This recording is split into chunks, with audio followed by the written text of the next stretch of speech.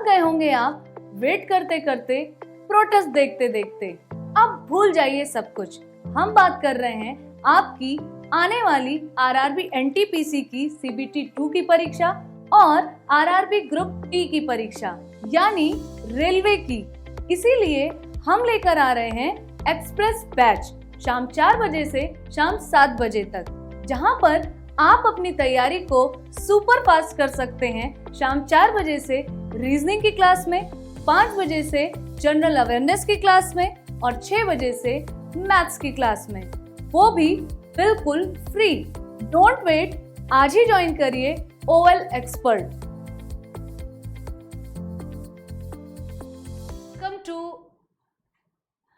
OL expert, ठीक है। तो चलिए मैं आपको यहाँ पे बता दूं, आज का जो हमारा सेशन है वो एग्रीकल्चर पे बेस्ड है, क्योंकि रेलवे के अगर आप एग्जाम्स देखेंगे तो बहुत ज़्यादा डीपली नहीं, लेकिन अगर कहा जाए कि जैसे कि लार्जेस्ट प्रोड्यूसर स्टेट कौन सा है या लार्जेस्ट प्रोड्यूसर कंट्री कौन सी है, किस पर्टिकुलर क्रॉप की या किस पर्टिकुलर फसल की, या फिर बिजनेस से रिलेटेड, या बहुत सारे रिवॉल्यूशंस यानी कि क्रांतियों से संबंधित बहुत सारे क्वेश्चंस आपके एग्जाम में आते हैं। तो आज हमने कोशिश की है कि आपका एक स्टैटिक तौर पे ये पोर्शन आपका कवर कर दिया जाए आज के आपके रेलवे बैच में। तो आपको पता है कि रेलवे बैच की शुरुआत होती है शाम के 4 बजे से, तो यहाँ पे बज चुके हैं 5, क्योंकि 4 बजे अभी आपने रीजनिंग पढ़ी होगी और 5 बजे आपकी क्लास होती है जीए की, ठीक है। तो एक्सप्रेस बैच खत्म कब होता है आपके मैथ्स की क्लास पे 6 से 7 बजे तक, ठीक है।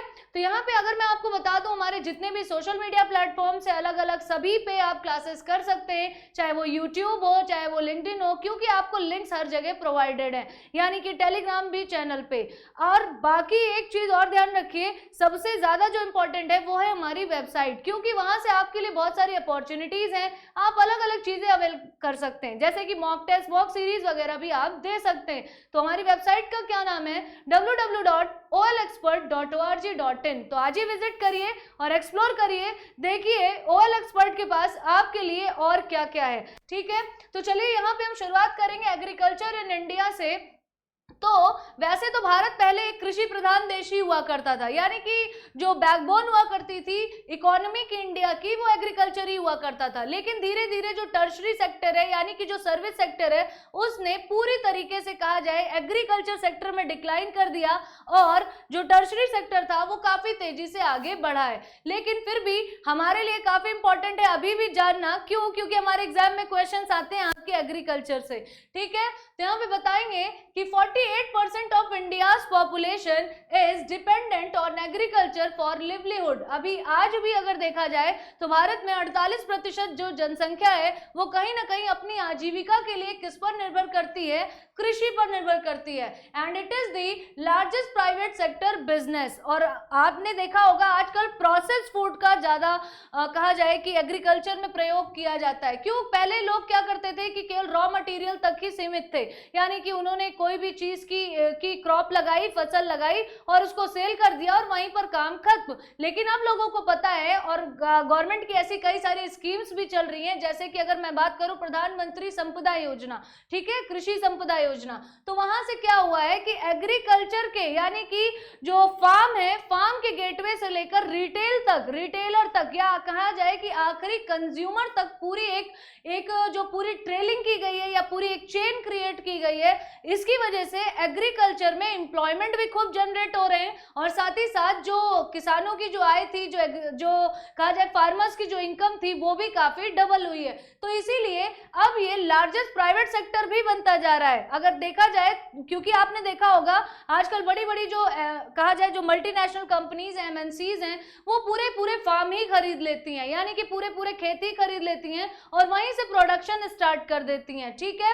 तो यहाँ पे देखेंगे the development of agriculture is very necessary to increase the national income of India. क्यों, क्योंकि अगर भारत की राष्ट्रीय आय बढ़ानी है तो एग्रीकल्चर का भी डेवलपमेंट करना बहुत ज्यादा जरूरी है। इसीलिए अभी आपने देखे होंगे 3 फार्म्स बिल भी आए थे, लेकिन कुछ विरोध प्रदर्शनों या फिर प्रोटेस्ट की वजह से उसे वापस भी लेना पड़ा। लेकिन अभी कहा नहीं जा सकता है कि पूरी तरीके से वापस है, क्योंकि एमएसपी के थ्रू जो था वो एक जो किसानों की आय थी वो थोड़ी सी कम ही थी। अगर आप बाकी सेक्टर्स में देखें जो डेवलपमेंट देखने को मिलता है हमें 1947 से, वो हमें एग्रीकल्चर के सेक्टर में देखने को नहीं मिलता उतनी तेजी से। ठीक है, अब अगर हम बात करें तो Indian agriculture contributes about 14% of the Indian national income. Bharat की जो राष्ट्रीय आय है पहले यही प्रतिशत आपके 65 से 70% हुआ करता था। एग्रीकल्चर के थ्रू नेशनल इनकम में जो कंट्रीब्यूशन था वो 65% तक हुआ करता था, लेकिन अब ये कितना रह गया है 14% टू द नेशनल इनकम। लेकिन अभी हाल ही में कई सारी स्कीम्स की वजह से वापस से एग्रीकल्चर सेक्टर से एक्सपोर्ट ज्यादा होने की वजह से इनकम फिर से कहा जाए जो कंट्रीब्यूशन है वो लगातार बढ़ रहा है।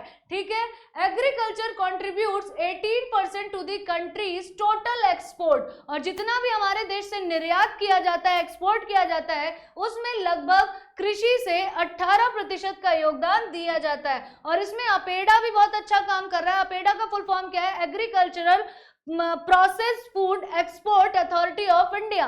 ठीक है, तो ये भी काफी अच्छा काम कर रही है।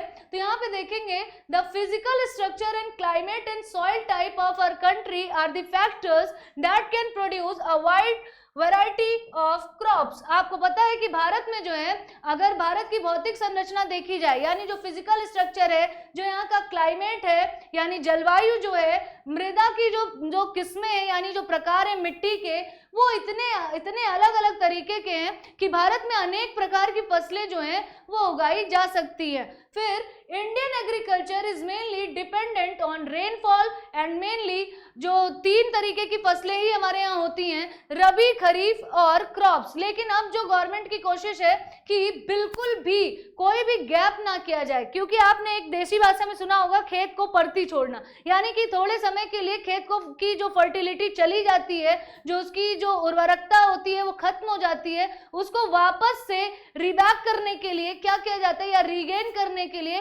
थोड़े समय के लिए वैकेंट छोड़ दिया जाता है, यानी कि खाली खेत छोड़ दिया जाता है। तो इस पे भी गवर्नमेंट वर्क कर रही है। तो आप बताइए, जहां साल भर में फॉर एग्जाम्पल कि मान लीजिए कि ज्यादा से ज्यादा 6 महीने तक खेत इन्वॉल्व रहता है, अगर पूरे साल भर इन्वॉल्व रहेगा तो ज्यादा या कहें कि 2 गुना तक उपज बढ़ाई जा सकती है या नहीं? बिल्कुल बढ़ाई जा सकती है।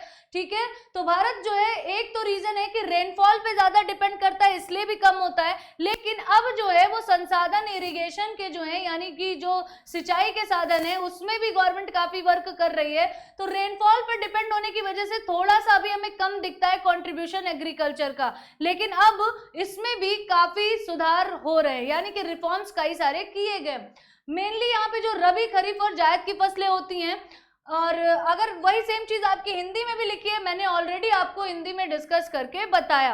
ठीक है, अब यहाँ पे हम बात करेंगे जहां से आपके क्वेश्चंस बनते हैं कुछ मेजर रिवॉल्यूशन से, यानी कि कुछ प्रमुख क्रांतियां जो हैं, यहाँ से बहुत सारे क्वेश्चंस आपके आते हैं, और ये खासकर आपके कलर्स पे होती हैं। और कलर किस पे डिपेंड करता है? आपके जो प्रोडक्ट होते हैं उनमें उनके प्रोडक्शन को काफी ज्यादा इनहेंस करना, या कहीं कि उसमें ड्रास्टिक चेंज लाने के लिए उनके उत्पादन में ये क्रांतियां चलाई जाती हैं। तो यहाँ से बहुत सारे क्वेश्चंस आपके आते हैं, जैसे कि ग्रीन रिवॉल्यूशन यानी कि हरित क्रांति। तो हरित क्रांति जो है वो आपकी स्वामीनाथन, आपने सुना होगा, उन्हीं के द्वारा चलाई गई थी। तो ये किससे संबंधित है? ऐसे क्वेश्चंस आपसे पूछे जाएंगे। तो यहाँ पे ध्यान रखिएगा, फूड ग्रेन से यानी कि खाद्य उत्पादन से। ठीक है, अब खाद्य उत्पादन का मतलब बेसिकली ग्रेन्स से यानी कि अनाज वाली फसलों से है। ठीक है, फिर इसी तरीके से आपसे क्वेश्चन पूछा जाएगा, ये हम स्टैटिक पार्ट कर रहे हैं। ठीक है, व्हाइट रिवॉल्यूशन किससे संबंधित है? तो आपके मिल्क प्रोडक्शन से यानी कि दुग्ध उत्पादन से। येलो रिवॉल्यूशन से क्वेश्चन आता है कि पीली क्रांति या पीत क्रांति जो है वो किससे संबंधित है? तो याद रखिएगा, ऑयल प्रोडक्शन या फिर तिलहन की खेती से। ठीक है, फिर उसके बाद रेड रिवॉल्यूशन से पूछा जाता है, यानी कि लाल क्रांति किससे संबंधित है? तो ये 2 चीजों से संबंधित है, एक तो आपके टोमेटो और दूसरा फ्लैश प्रोडक्शन यानी टमाटर और मांस के उत्पादन से। ठीक है, तो यहाँ पे ऑप्शन के अकॉर्डिंग आपको आंसर देना होगा, क्या ऑप्शन दे रखा है क्वेश्चन में। अब देखते हैं नेक्स्ट, ब्लू रिवॉल्यूशन यानी कि नीली क्रांति। नीली क्रांति अक्सर बच्चे क्या समझते हैं कि वाटर रिवॉल्यूशन से यानी कि जल क्रांति से, लेकिन इसका राइट आंसर क्या होता है, फिश प्रोडक्शन यानी कि मत्स्य उत्पादन से संबंधित है। फिर उसके बाद राउंड रिवॉल्यूशन यानी कि गोल क्रांति किसको कहते हैं, तो गोल क्रांति आपकी पोटैटो प्रोडक्शन से रिलेटेड है।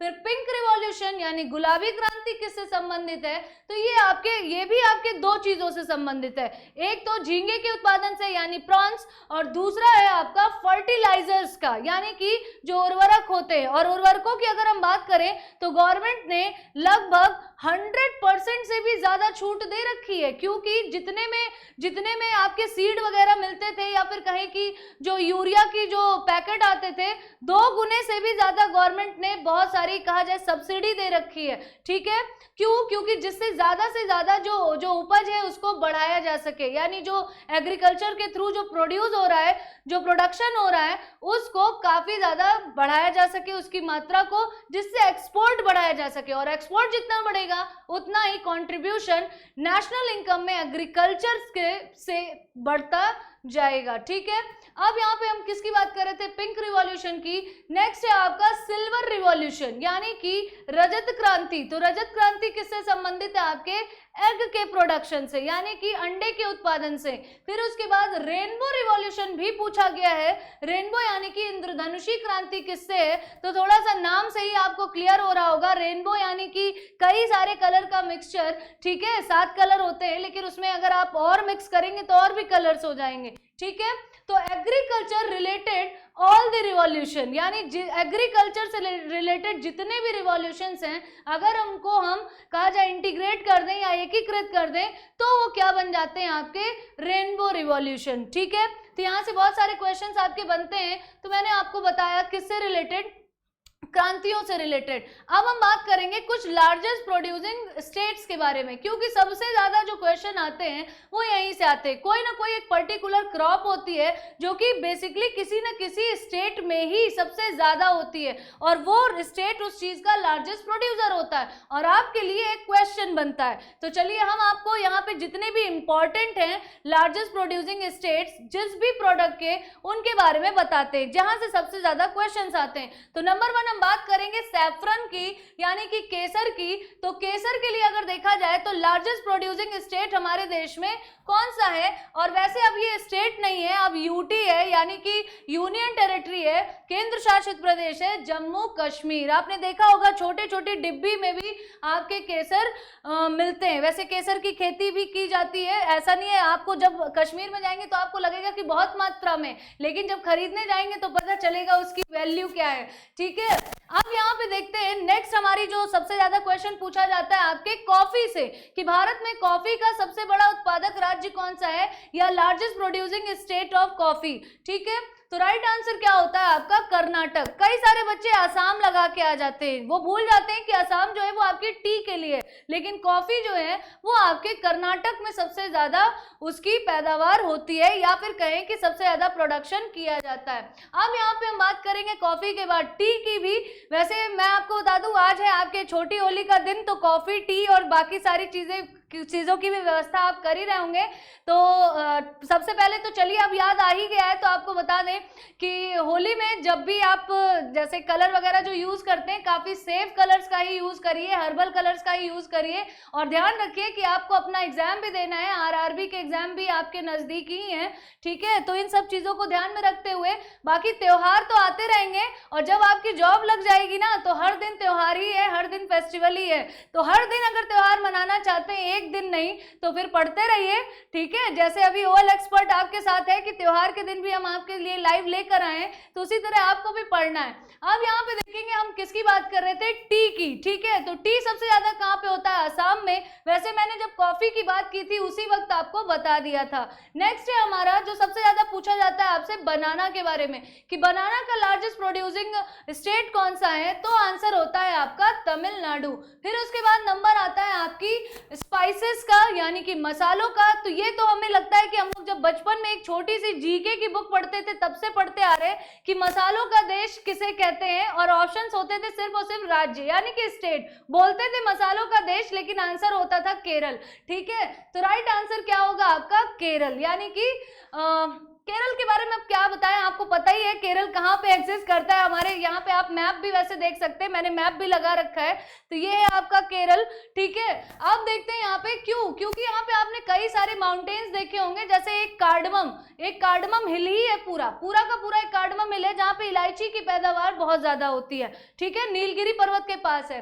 फिर इसके बाद यहाँ देखेंगे नेक्स्ट हमारे जो क्रॉप है वो है जूट। जूट जो है वो सबसे ज्यादा हमारे देश में कहाँ पे होता है, वेस्ट बंगाल में। और अगर कंट्री में देखें तो बांग्लादेश में होता है। क्यों, क्योंकि बांग्लादेश और बंगाल यानी पश्चिम बंगाल जो है ये आसपास ही हैं। तो यहाँ के लिए जो फेवरेबल कंडीशंस होती हैं या एनवायरनमेंट की जरूरत होती है या जलवायु की बात करें तो वो काफी फेवरेबल है। इसीलिए जब हमारे देश में बात करते हैं हम तो West Bengal is the largest producer of jute. और अगर हम कंट्री देखें या ग्लोबली बात करें तो आंसर होता है आपका बांग्लादेश। तो जूट से बहुत सारी चीजें बनाई जाती हैं, आपकी कहा जाए कि टाट के बोरे आपने देखे होंगे, गलीचे वगैरह बनाए जाते हैं। अब देखते हैं नेक्स्ट क्वेश्चन हमारा, या कहें कि नेक्स्ट पॉइंट क्या है जहां से क्वेश्चन आता है, वो है आपका कॉटन यानी कि कपास। कपास की खेती के लिए सबसे ज्यादा जरूरी जो सॉइल होती है वो होती है ब्लैक सॉइल यानी कि काली मिट्टी। और हमारे देश में सबसे ज्यादा काली मिट्टी पाई कहाँ जाती है, आपके गुजरात और महाराष्ट्र में, ठीक है। तो यही कारण है कि कॉटन की जो हमें मिल्स वगैरह या कहें जो टेक्सटाइल इंडस्ट्रीज हैं वो हमें महाराष्ट्र और गुजरात में सबसे ज्यादा दिखाई देती हैं, ठीक है। अब यहाँ पे अगर हम बात करें largest producing state of cotton तो आंसर महाराष्ट्र नहीं होगा, गुजरात होगा, और आंसर आपको गुजरात ही लगाना है, ठीक है। तो कपास की खेती या कहा जाए साथ साथ एक और भी चीज याद रखिए, कॉटन के साथ साथ जो आपकी ग्राउंडनट है यानी कि मूंगफली, तो मूंगफली का भी लार्जेस्ट प्रोड्यूसिंग स्टेट आपका गुजरात ही है। तो इन दोनों को आपको साथ में ही याद रखना है, किसको किसको, कॉटन और ग्राउंडनट को। अब देखते हैं नेक्स्ट क्या है हमारा, राइस यानी कि हम चावल के बारे में बात करने जा रहे हैं। तो यहाँ पे दो चीजें हैं, चावल की खेती जो होती है सबसे ज्यादा आपकी वेस्ट बंगाल में होती है, और अगर कहा जाए कि प्रोडक्शन सबसे ज्यादा कहाँ पे होता है यानी कि फाइनली जो फाइनल प्रोडक्ट बनता है वो उसका आंसर आपका आंध्र प्रदेश होता है, ठीक है। तो यहाँ पे राइट आंसर क्या होगा आपका वेस्ट बंगाल। और जाहिर सी बात है जहाँ पे पानी की अधिकता होगी, दलदली भूमि होगी, या कहें कि जहाँ पे बहुत ज्यादा मॉइस्चर होगा वहां पे आपकी चावल की खेती अच्छी होगी। तो राइट आंसर क्या है आपका वेस्ट बंगाल। अब यहाँ पे देखते हैं नेक्स्ट क्वेश्चन क्या है हमारा, नेक्स्ट क्वेश्चन क्या है, नेक्स्ट पॉइंट क्या है जी, राइस तो हो गया हमारा। अब हम बात करेंगे व्हीट की यानी कि गेहूं की। तो गेहूं में जो लीडिंग या कहें कि लार्जेस्ट प्रोड्यूसिंग जो स्टेट है वो है आपका पंजाब, ठीक है, पंजाब इसमें नंबर 1 पे है। अब यहाँ पे देखते हैं हमारा जो नेक्स्ट क्रॉप कौन सी है, शुगर केन। इसीलिए हम लोग एक और भी चीज, जैसे मैंने आपको कहा कि मसालों का देश केरल है, ये हम बचपन से पढ़ते आ रहे हैं, वैसे ही चीनी का कटोरा आपने सुना होगा उत्तर प्रदेश को कहते हैं। तो चीनी का कटोरा क्यों कहते हैं, क्योंकि शुगर केन जो है यानी जो गन्ने की खेती है वो सबसे ज्यादा कहाँ पे होती है, आपके यूपी में यानी कि उत्तर प्रदेश में, ठीक है। तो यहाँ से भी क्वेश्चन आता है। फिर हम बात करेंगे रबर की। रबर जो है वो एक कैश क्रॉप है यानी कि नकदी फसल है। कैश क्रॉप क्या होती है, जिनका बेसिक पर्पस होता है सेल करना या फिर क्या एक्सपोर्ट करने के लिए इनको प्रोड्यूस किया जाता है, वो कहलाती हैं आपकी कैश क्रॉप्स। जैसे कि रबड़ हो गया, टोबैको हो गया, है ना, सुपारी हो गया, ये सब क्या है, कैश क्रॉप्स हैं। तो आपकी रबर जो है वो सबसे ज्यादा कहाँ पे होती है, आपके केरल में, ठीक है। ये एक स्टैटिक जीके का पार्ट हमारा चल रहा है, बहुत दिनों से आप लोग डिमांड कर रहे थे कि मैम एक स्टैटिक पार्ट कराइए एग्रीकल्चर का, तो देखिए आज है आपके लिए अच्छा मौका है।